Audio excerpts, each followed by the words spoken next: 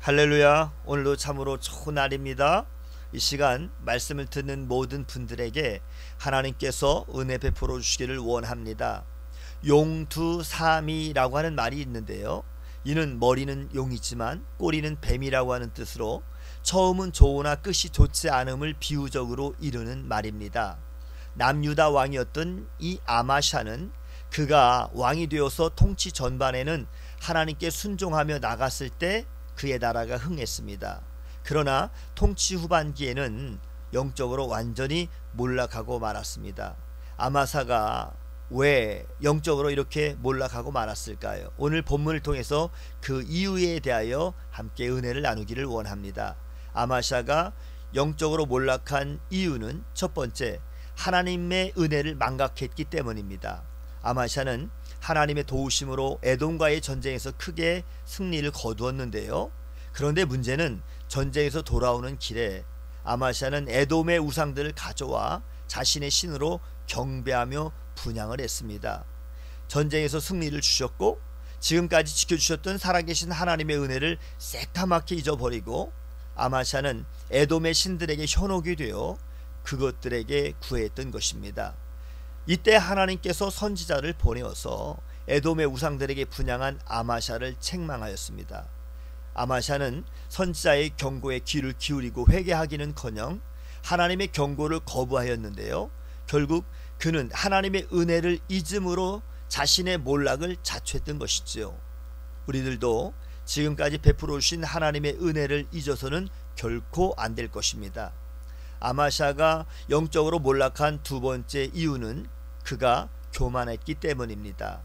에돔과의 전쟁에서 승리한 아마샤는 북이스라엘 왕이었던 요아스에게 전쟁을 선포했는데요, 아마샤는 북이스라엘의 용병들이 자신들의 고향으로 돌아가면서 유다 여러 성읍에 저지른 약탈과 살인을 용서할 수 없었을 것입니다.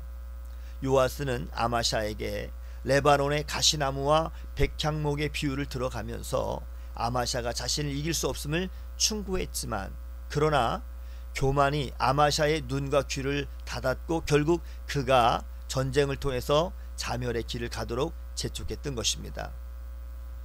우리는 하나님의 도우심을 자신의 업적으로 착각하고 오해해서 우쭐해지거나 잘난 체하거나 뽐내서는 결코 안 되는 것입니다. 하나님과 사람 앞에서 건방지지 않도록 늘 조심해야 하는 것이지요.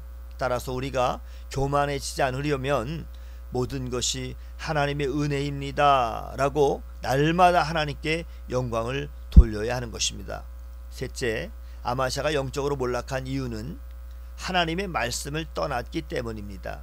하나님의 말씀을 떠난 아마샤는 북이스라엘과의 이 전쟁을 패배했으며, 이 아마샤는 전쟁의 포로로 잡혀갔고, 그리고 성전에 있는 보물들과 왕궁의 재물들은 다 약탈을 당했습니다.